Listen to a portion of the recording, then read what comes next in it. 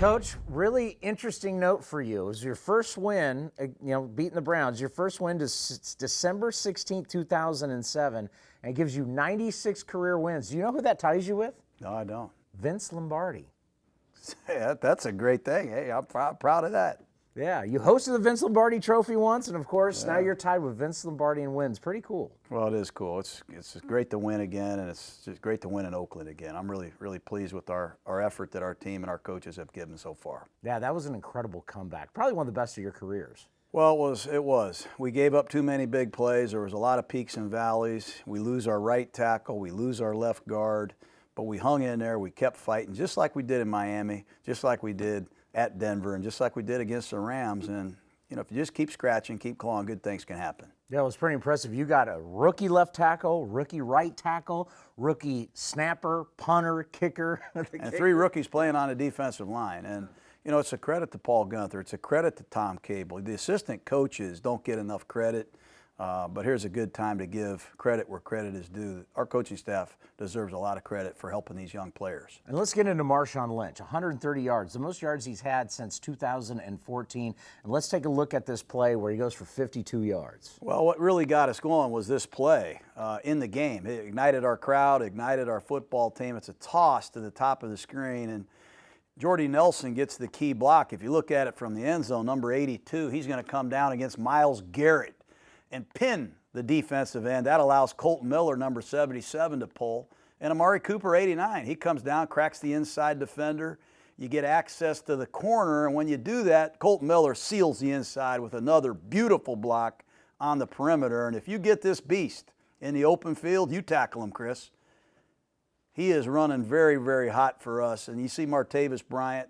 That's effort that we take a lot of pride in here. All 3 of our receivers threw critical blocks on this play, and there's your captain right there, Rodney Hudson, one of the best finishers in pro football. I look at Colt Miller there. How impressive. His athleticism, what we've seen just with you, it's amazing how big he is and how athletic he is. We think he's going to be a Pro Bowl tackle, no doubt about it. He's just getting started. Remember, he's an underclassman out of UCLA. Mm-hmm. A lot of people criticized us for taking 2 tackles, but I'm glad we took them both. Wish we would have taken 3 now.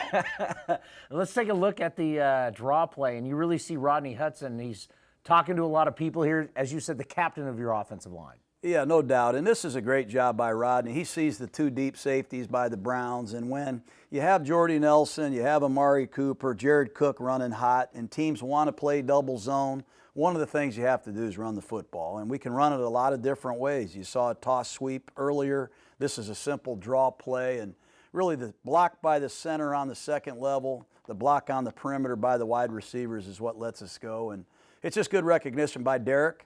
He sees the look, he gets to the proper play, and KO and Seth Roberts do a good job. And once again, Marshawn Lynch is a great finisher. Marshawn Lynch still has a lot in the tank, doesn't he? He does. He's sore. He didn't practice much on Wednesday, but he's coming to life here late in the week, and he'll be ready to go for the Chargers. But he's a legendary player. I mean, people see him on TV. They know what to expect on Sunday, and he delivers every single week. Yeah, we talk about maybe the most violent runner we've ever seen.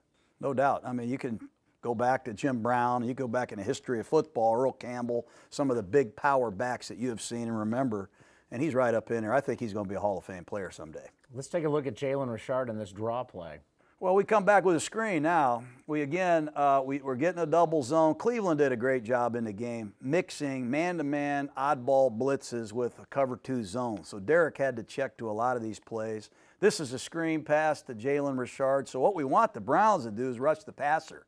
So our linemen are luring the Browns up the field, and then Jalen Richard is going to pick up Gabe Jackson, his right guard, and get on the perimeter. The key block is by Hudson at center against Schobert, number 53, and Richard does a nice job picking up Big Gabe, and he goes right down the numbers. Remember this, Chris. Make a note of this. Most screen passes that hit in the NFL go right down the numbers. That's the sidewalk. If you get outside the sidewalk, you might get hit by one of these white buses.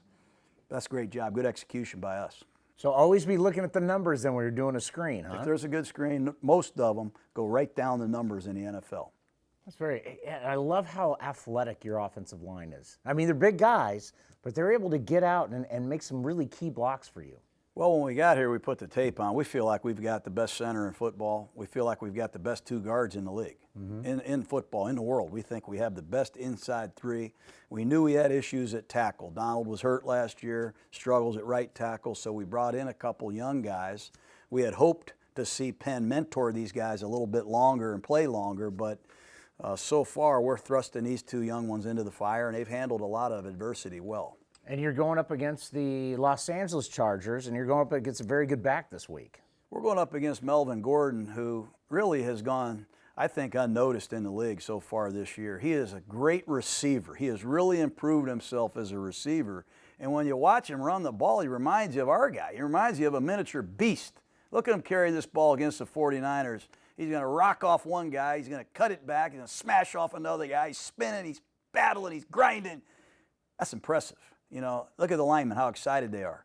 You get a back that runs the ball like this, it sets up the play action pass, and that's where Phillip Rivers and Keenan Allen and his friends are really dangerous. So we'll have our hands full down there in L.A. We're looking forward to it. And you've seen Phillip Rivers for years. He's been one of the best for a long time. Well, I was hoping I'd be out of the league 9 years. I was hoping Brady and Rivers would have retired by now, but they're still going strong, and you always know you're going to get a real fist fight when you go down to play the Chargers. Well, I got to tell you, it's going to be a lot of fun down in Los Angeles because there's going to be a lot of Raider fans at this game. Yeah, there is. I can't wait to see them. I remember going down to San Diego in years past, and it was almost like playing a home game.